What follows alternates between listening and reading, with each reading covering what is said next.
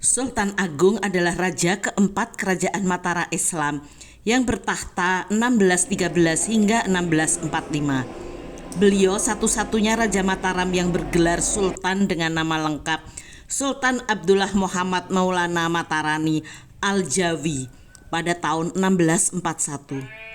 Istimewa, seperti diungkap Wikipedia, gelar ini diperoleh dari Mekah yang dibawa lengkap dengan kuluk untuk mahkota, bendera, pataka, dan sebuah guci yang berisi air zam-zam. Banyak yang menyangka Sultan Agung Raja ketiga Mataram.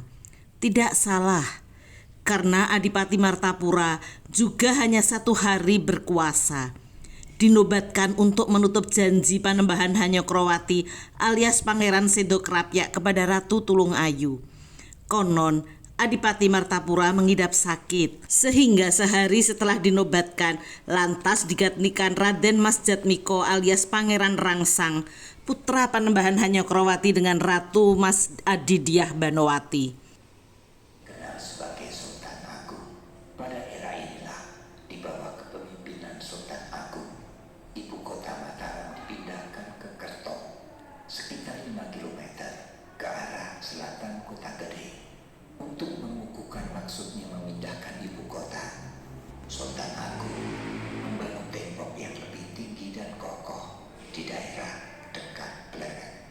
Di bawah kepemimpinan Sultan Agung, Kerajaan Mataram terus mengalami perkembangan yang pesat, ditandai dengan munculnya kampung-kampung baru. Selain itu, muncul juga banyak profesi yang ada di masyarakat. Kampung-kampung baru ini terdiri dari sejumlah dalam, rumah kalam, rumah industri, serta rumah rakyat. Beberapa tahun setelah bertahta, Sultan Agung memindahkan istana ke Kerto, 5 km dari kota gede. Dari keraton Kerto inilah Sultan Agung merancang strategi menyerang Batavia tahun 1628 dan 1629. Sayangnya, penyerangan gagal. Ketika Sultan Agung mangkat, keraton bersejarah itu pun ditinggalkan karena Sunan Amangkurat I yang menggantikan, memindahkan keraton Kerto ke Pleret. Tragis, bekas keraton ini kini hanya tinggal nama. Di bekas istana yang nyaris tanpa sisa itu hanya ditemukan umpak yang diperkirakan merupakan umpak pendopo agung. Bertahun-tahun tanah tersebut dikeduk warga untuk membuat batu bata. Salah satu umpak dibawa Sultan Hamengkubuwono IX ke Jogja dan menjadi penyangga Saka Tunggal di Masjid Saka Tunggal di Taman Sari. Raja cerdas dan pemberani ini bukan hanya ahli perang, pencetus kalender Jawa Sultan Agungan yang masih digunakan hingga kini. Menulis karya sastra serat sastra gending yang terdiri dari pupuh Sinom, pupuh Asmorodono, pupuh Dandanggulo, dan pupuh Durmo.